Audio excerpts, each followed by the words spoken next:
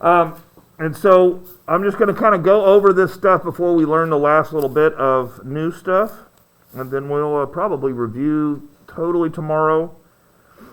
So just be prepared. Tomorrow it's going to be a pretty long, not a lot of me talking, but just a pretty long review to prepare you for the test.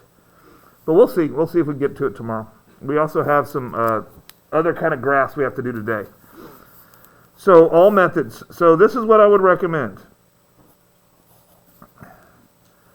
So for graph, the only time I'm ever going to graph is when both are in y equals mx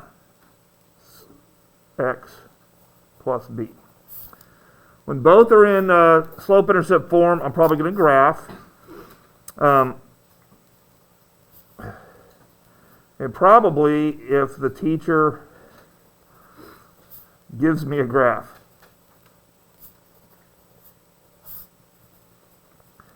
If you don't have a graph paper and you aren't given a graph, it is really hard to get it right. So on the final test, I'll probably have 2 graphs. But I'm going to tell you, if you hate graphing, you don't have to do it these kind of graphs on the final test. You can do any method you want to, but this is probably what I would do. 2, the substitution method. Okay, the only time I use the substitution method is 2 times. Both in slope-intercept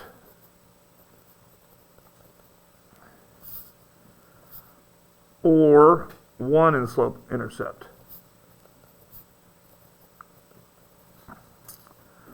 That's really the only time I'm going to do this one.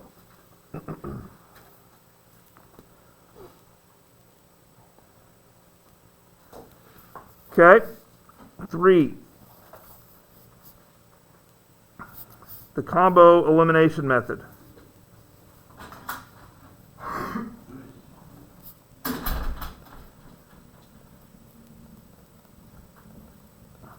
Okay, when I'm going to use this is when they're lined up.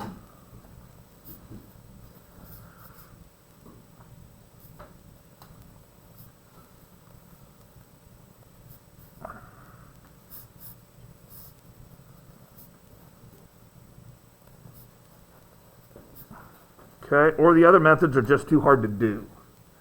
And I'll move this out of the way because that doesn't need to be there at all. That's not good. Let's get that out of the way. There we go. So make sure you get this written down because you're going to have to make up your own mind on these. I'll give you a suggestion, but you don't have to do the suggestions. And I am going to go over to the substitution method one more time with you guys. I think we've done a lot of elimination, so that's really the one I need to do. And then I'm going to let you have it.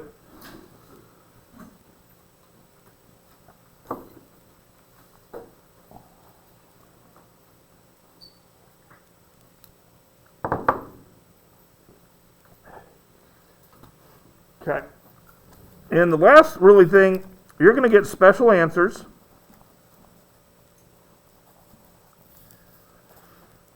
Can't see that.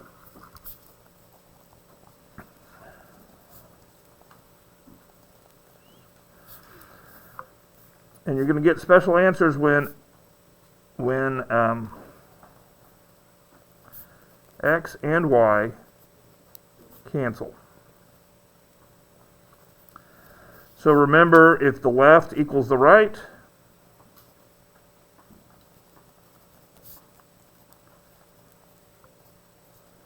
okay, you're going to do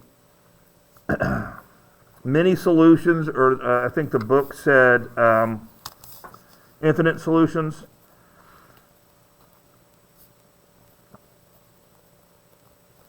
And then you're going to write the same line. And when the left does not equal the right,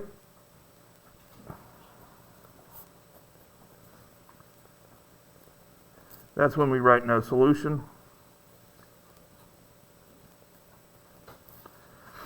And that would be parallel lines.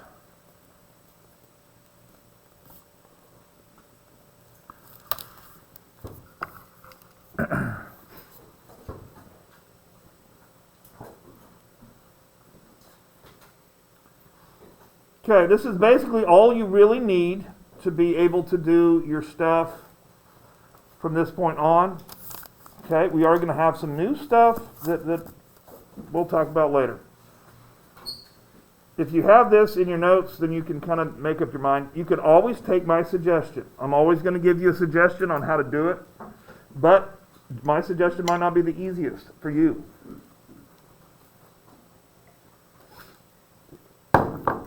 Okay, so we're going to do a little substitution problem just to make sure we know how to do that. And then we're going to move on. So I'm going to write that down and see what you guys can do about that. If I need to go back, I can.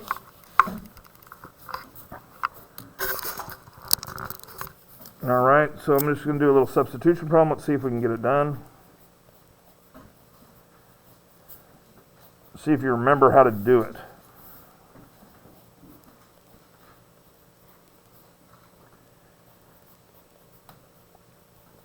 Okay, and if you remember substitution, we've done it in a second.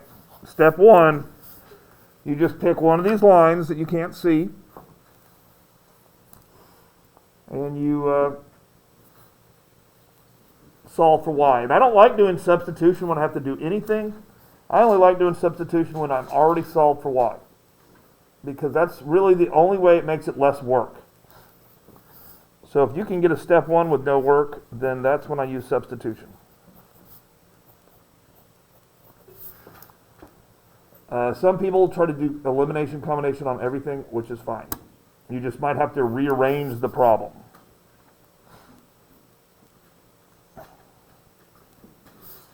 You know, if you're going to do the other way, you'd have to just move the 8. Okay? Step 2, this is the hard part about substitution. You use the other line, and you substitute right here.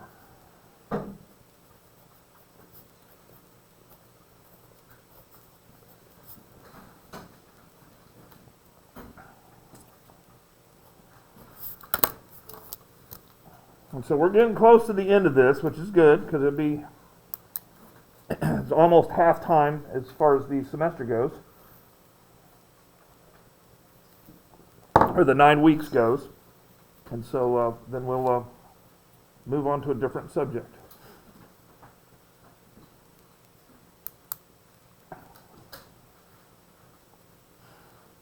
Okay, try to get this finished. That's what I'm waiting on at this point.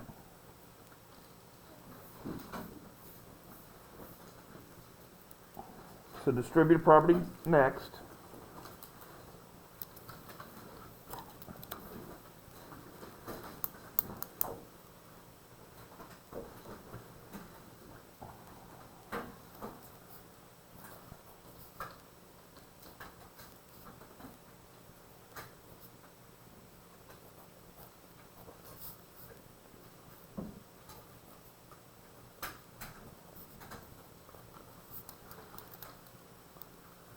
Seven x minus 24x plus 45 equals 11.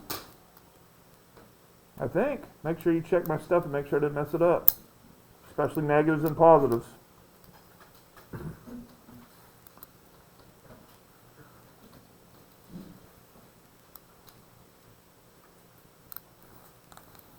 Because these are going to work out for us to be a decent number, so just remember that.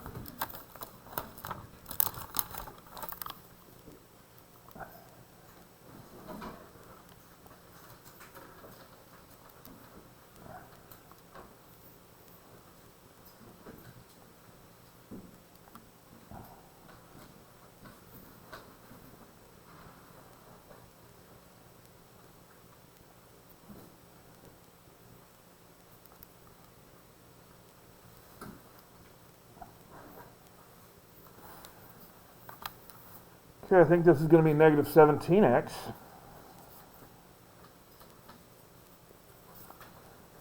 Just combined like terms. And then probably I need to subtract 45 from both sides.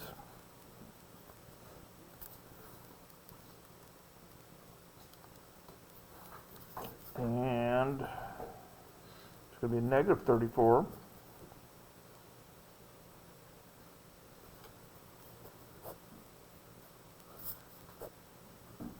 That's going to work out to be something easy, like 2. Okay? I like to put step 3 right by step 1 because I'm going to use step 1. And this is easy if it's in slope-intercept form, where you don't actually have to do any work at all.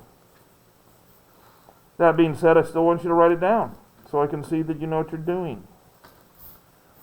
But really, all you have to do is write down that, and then the rest is calculator. So y equals negative 1. Final answer. This is what you put in the answer column. Okay. Do we remember what we're doing here?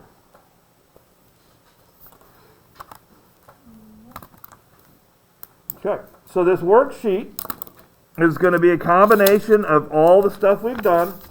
It's going to take a while. So there's graphing, there's substitution, there's elimination. There are a lot of special answers on this worksheet. Okay, just because we learned that yesterday, there's a lot of special answers, which is nice because when you have special answers, it means you don't have to finish the whole problem, right? Once you eliminate both x and y, you get to stop and put a special answer. So even though this is 14 problems, it's going to feel more like about 7 because so many you don't have to work out all the way. So let's try to get this done so we can do the next step and things. Here, I'll stop the recording because nobody needs to see me pass out papers.